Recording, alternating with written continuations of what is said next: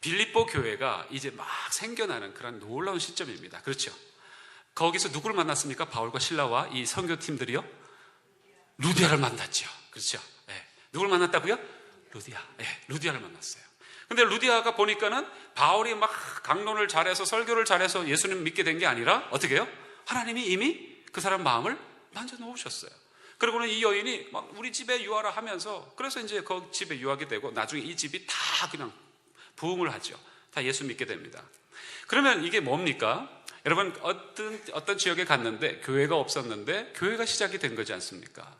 그리고 설교자 있죠. 쟁쟁한 설교자들 있죠. 그죠? 신라, 그 다음에 바울, 그 다음에 뭐 여기 누가도 있고, 그죠? 쟁쟁한 실력자들, 하나님의 종들 다 있고, 그 다음에 성도가 그 최소한 그 식구라고 하지만 요즘처럼 뭐 애기 안 낳는 핵가족이면 몇 명 안 되겠지만 이 당시에는 최소한 10명 정도는 됐을 것입니다. 그렇죠? 한 가정이. 그러면 그 10명에, 이 선교팀들 한 10명에, 뭐 5명에서 10명에, 그럼 최소한 한 15명에서 20명은 됐을 겁니다. 성령이 임했습니다. 부흥이 일어났죠? 그러면은 교회가 시작이 되는 거죠. 빌립보의 첫 성, 바로 이 지역에 교회가 개척이 돼서 이제 시작될 지역입니다. 자, 이만하면 우리 같으면 이제 사인판 하나 걸고 빌립보 교회 이래가지고는 이제 뭘 할까 이러면서 막 으쌰으쌰 성령님의 임함도 경험했고 거의 이제 개척 준비는 다 된 것이니까 아마 신이 나는 그런 시점이라고 생각이 되어집니다. 성도들 있겠다, 사역자 있겠다, 그 다음에 나가서 전도만 하면은 이제 될 것 같은 분위기로 또 성령님께서 그렇게 만져주시는 것을 받고 전도도 하고 이제 훌륭한 교회가 되리라. 할렐루야. 자, 그러고 있었는데 오늘 사도들의 모습은 사뭇 다릅니다. 이것이 성경을 볼 때마다 깜짝깜짝 놀라게 하고 우리를 이렇게 흥분시키게 하는 그런 내용이 아닌가. 저만 흥분되나요? 여러분도 흥분되시기를 축복하는데, 자, 16절 한번 보십시오. 지난번에 제가 15절까지 말씀을 나누었고 오늘 나누는 말씀이 바로 16, 17, 18절의 이 세 가지 절을 가지고 나누려고 하는 것입니다. 바울과 실라가 어떻게 행동을 하고 있는가. 16절 다시 한번 보십시오. 제가 대독합니다. 우리가 기도하는 곳에 가다가 저 많은 귀신 들린 여종 하나를 만나니 점으로 그 주인들을 크게 이해하게, 이롭게 하는지라. 이 사람 때문에 돈이 됐다 이 말이죠. 그 주인들이요. 네, 이 귀신 들린 사람이 점을 잘 쳤던 것 같습니다. 자, 그런데 여러분, 그 전에 이 여인이 루디아가 이 선교팀들을 자신의 가정으로 묵게 하고 교회가 시작이 되었는데 그 다음 바로 시작하는 16절부터 나오는 절이 참으로 우리가 생각하는 그런 기대와는 좀 다른 그런 표현이 시작이 되더라라는 것입니다. 뭐로 시작한다고요? 우리가 기도하는 곳에 가다가 라고 되어 있습니다. 여러분, 교회가 세팅이 다 됐습니다. 사역자도 있습니다. 전도하면 다 될 것 같은 그런 성령 충만한 그런 으쌰으쌰하는 분위기입니다. 성도들도 어느 정도 있어요. 자, 더군다나 루디아가 자주 장사하는, 요즘 얘기로 하면은 이게 이 커튼 상사 이런 정도가 아니라 굉장히 이게 모직 공장을 하는 그럴싸한 사람입니다. 그런데 그럼 돈도 어느 정도 이분이 서포트 하시겠죠. 그럼 전혀 문제가 없습니다. 이제 교회가 제대로 세워질 그런 마당인데, 근데 사도들은 그러면 신라, 당신은 앞으로 전도 계획을 짜. 그 다음에 당신은 우리가 여기서 좀 좁으니까 이 집을 좀 더 익스텐션 할 수 있는 그런 걸 계획을 짜. 뭐 이러면서 사람들의 어떤 계획들이 짜자자작 나올 텐데 사도들은 여전히 지난번에 교회가 생성되지 않고 루디아도 만나기도 전에 수일 동안 예배 처소도 없어가지고 비실비실 하면서 이리저리 방황하듯이 보이면서 수일을 먹고 자고 했던 그런 사람들, 그리고는 주일이 되어가지고 예배는 드려야 되겠는데 그냥 기도처라도 찾자 하면서 기도처 찾다가 루디아 만난 거 아닙니까? 그런 사람들처럼 또 그렇게 다 지금 교회가 있는데도 불구하고 기도처로 나아가는 모습을 오늘 16절에 기록하고 있다 이 말입니다. 여기에 저와 여러분에게 하나님께서 던지시는 분명한 메시지가 있습니다. 첫 번째 원리는 뭐였습니까? 하나님이 우리와 함께 일하시는 방법이 무엇이었습니까? 우리의 계획, no agenda, 그죠? 우리의 계획을 내려놓으라라는 것이었습니다. 그러면 오늘은 무엇이냐? 두 번째입니다. 굉장히 중요한 원칙인데 한번 따라해 보시기 바랍니다. 주님보다 절대로 앞서가지 말라. 네. 뭐 하지 말라고 그러죠, 보통? 오버하지 마. 어쨌든 주님보다도 절대 앞서가지 말라라는 원칙이 여기서 하나 나오게 되는 것입니다. 주님과 함께 일을 하기 원하십니까? 그렇다면 우리는 정말 주님과 함께 동행해야 되지 주님보다 먼저 나갈 수도 없고 나가서도 되지 않습니다. 여러분, 저와 여러분이 사람들이 다 그런 것 같아요. 일이 잘 안 될 때는 하나님과 딱 붙어 있게끔 되는 것 같습니다. 내게 경제적인 문제가 있다. 그럼 어떻게 합니까? 맨날 통장 잔고 하나님 앞에 들고 가서 하나님 보세요. 나 이렇게 어떻게 살라고요? 하면서 그렇게 부르짖습니다. 물론 여러분이 통장은 직접 막 이렇게 성소까지 이렇게 예배당까지 가지고 오지는 않으시겠지만 저와 여러분에게 그게 금전적인 문제든 아니면 건강의 문제든 관계의 문제든 뭐 직장에서의 문제든 무슨 문제든 비즈니스의 문제든 문제가 있으면 우리는요, 주님 이것 좀 보세요. 우리는 이런다고요. 근데 참 우리는 어리석은지 참 악한지 그건 참 모르겠는데요. 오버하면 안 된다. 이 말이 무슨 얘기냐면요, 우리가 잘 될 때는 늘 우리가 뭔가 할 수 있다라는 생각이 들어서 뭔가를 해보려고 한다는 거죠. 주님 됐습니다. 주님 고마웠습니다. 그동안. 근데 앞으로는 여기까지 제가 앞으로 할 수 있을 것 같아요. 하나님이 그렇게 하신 거 아닙니까? 하면서 우리가 뭔가를 해보려고 하는 것이죠. 이게 오버입니다. 이게 하나님보다 앞서가는 겁니다. 근데 큰일 나요. 왜요? 하나님의 그 임재를 우리는 놓치고 그 바운더리에서 우리는 떠나려고 하는 몸부림을 알게 모르게 이 죄성 때문에 치게 된다는 것이죠. 바울을 보십시오. 여러분, 다 준비가 되어 온 것처럼 보이잖아요. 개척교회 이제 시작하면 됩니다. 빌립보 교회 간판 걸면 됩니다. 이제, 그죠? 헌금 좀 모아가지고 뭐 하다못해 자기들이 붓으로라도 써가지고 빌립보 교회 오십시오. 뭐 예수 그리스도 뭐 증거하고 뭐 이러면 됩니다. 창립 예배까지 다 보이는 그림이 있지만 오늘 바울이 어떻게 합니까? 여러분, 바울이 그렇다고 뭐 느긋한 성격이 느긋한 사람이었습니까? 얼마나 급한 사람이에요. 여러분 잘 아시잖아요. 아주 얼마나 조직적인 사람이에요. 한번 하면 한다는 사람이지 않습니까? 그러니까 마가가 중간에 돌아간다고 하니까 뭐 이런 인간은 다시는 선교지에 보내면 안 된다고 해가지고 바나바하고 싸웠지 않습니까? 그런 사람이에요. 불과 같은 사람이에요. 한번 말 떨어지면 바로 그 다음날 뚝딱 이루어져야 되는, 마치 군대에서 사령관이 한번 지나가다가 여기가 왜 이렇게 높아? 이러면 한 달 후에 그 산이 하나 없어진다는 거 아시죠? 군대 갔다 오신 분들은 다 아실 겁니다. 그 정도로 이 바울이 그렇게 했던 사람이에요. 분명히 치고 나가도 얼마든지 치고 나갈 수 있는 사람입니다. 아주 그런 능력의 사람이에요. 그런데 그 일이 되는 순간까지, 주님이 움직이는 순간까지 바울은 뭘 쳐다보고 있었어요? 출애굽기의 표현을 빌린다면 불기둥과 구름기둥을 계속해서 쳐다보는 겁니다. 할렐루야. 저와 여러분도요, 돈도 어느 정도 있고 뭐 밸런스 어느 정도 있고, 그 다음에 여기 사람들, 날 도와줄 사람도 있고, 나에게 건강도 있고 해볼만 하고, 지금 분위기도 뭔가 되는 것 같고, 그러면 우리는 그 다음부터 이걸 안 한다고요. 이걸 안 한다고요. 내가 이제 할 수 있을 것 같아서 주님 잠시만요. 주님은 빠져주십시오. 주님을 위하는 척하면서 빠져주십시오. 제가 하겠습니다. 하면서 우리는 그렇게 움직이기 시작합니다. 여러분, 여기에서 주님보다 오버하지 말라는 것은요, 이런 얘기입니다. 주님의 행보에 예민해지시라라는 것입니다. 할렐루야. 주님이 어디로 가든지 제가 그 자리에 있겠습니다. 주님이 여기까지 쓰셨으면 저도 그 자리에 서겠습니다. 왜요? 그럴 수밖에 또한 없습니다. 하나님 안에, 우리 주님 안에, 예수 그리스도 안에 우리가 포함되어 있기 때문에 그렇습니다. 그래서 주님이 움직이시면 우리도 움직여 갈 수밖에 없는 존재로, 예수 그리스도를 통해서 주님을 나의 구주로 여러분이 그렇게 고백하시는 분들은 그렇게 주님이 여러분을 묶으셨어요. 그래서 주님이 움직이시면 여러분도 움직이게 되는 겁니다. 여러분이 안 움직이는 같이 뻗당기시니까 마치 그렇게 따로 떨어지는 것처럼 보이지만 그렇지는 않습니다. 여러분, 어떤 상황 속에서든 순간 속에서든지 주님보다도 앞서가지 않으시고 주님과 동행하시는, 철저하게 동행하시는, 함께 하시는 여러분 되실 수 있기를 축복합니다. 이것이 눈에 다 보이는데도 여전히 기도하는 곳에 가다가라는 뜻입니다. 또 한 가지를 보겠습니다. 주님의 영광만을 추구하셔야 됩니다. 여러분, 오늘 이 사람들이 지금 기도처로 가기 위해서 어느 그 빌립보의 한복판 신장로를 걸고 있었습니다.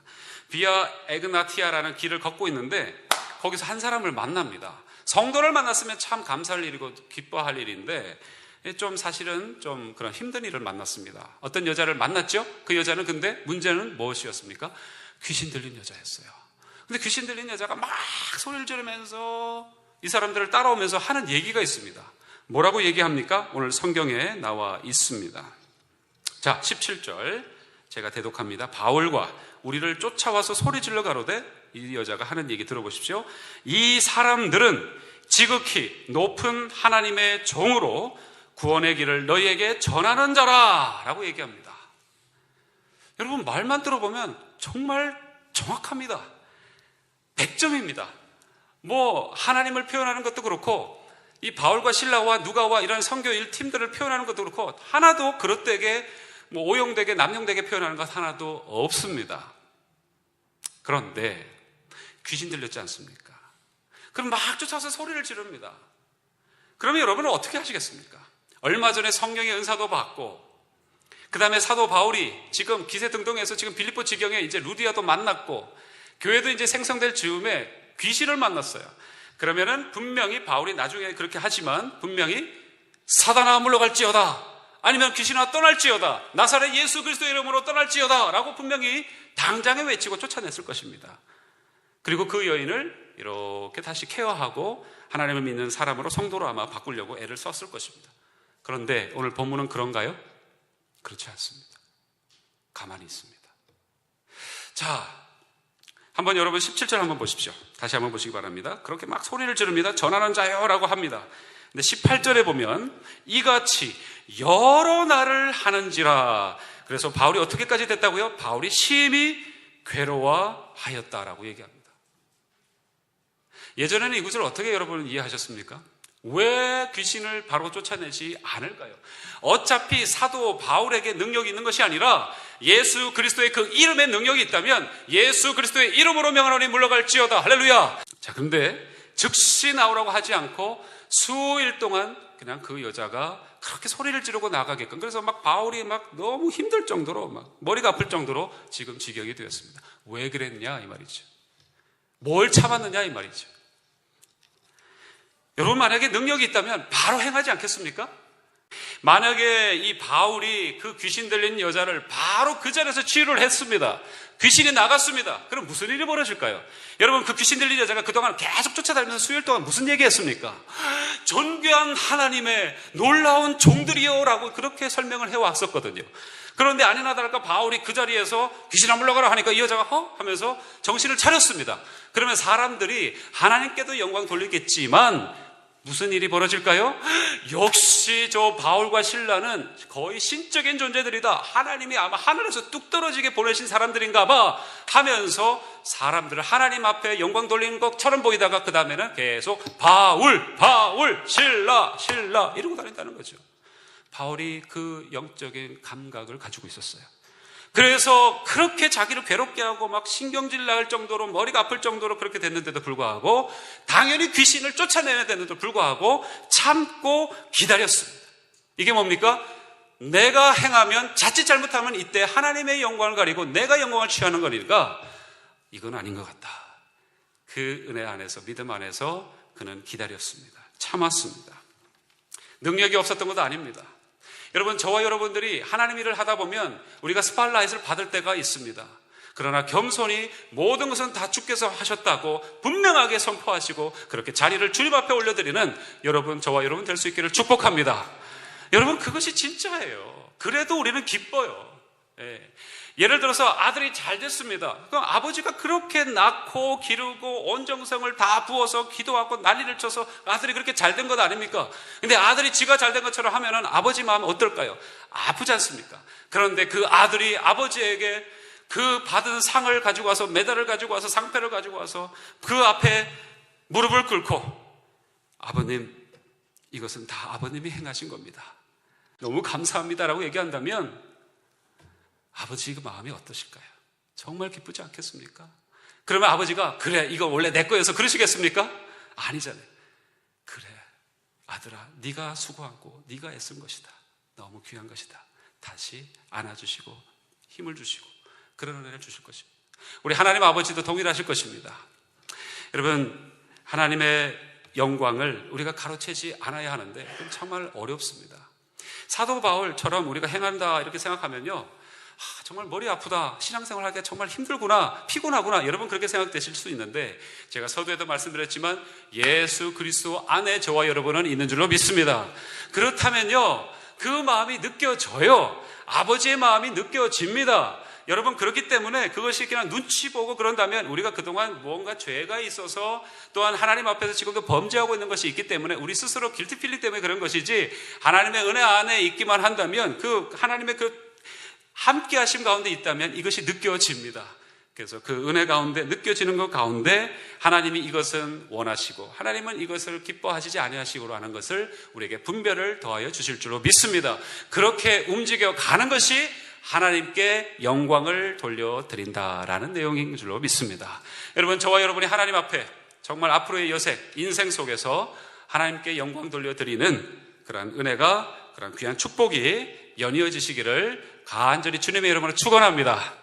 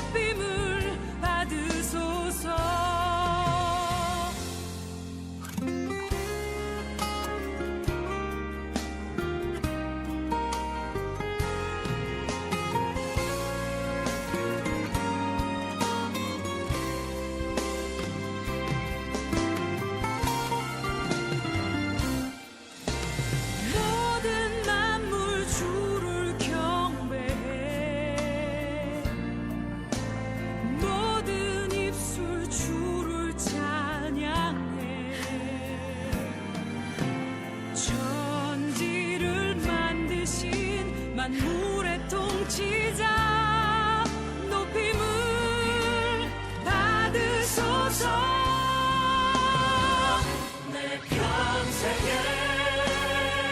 주의 이름 높이며 어느 곳에 서든지 주님을 예배하리라. 내가 밟는 모든 땅 아버지 선포돼야 하리. 찬양하며 주님을 예배할 때 하늘 가득한 주의 영광 보리라. 나를 통하여 나의 입술을 인하여 주의 이름 높임을 받으소서.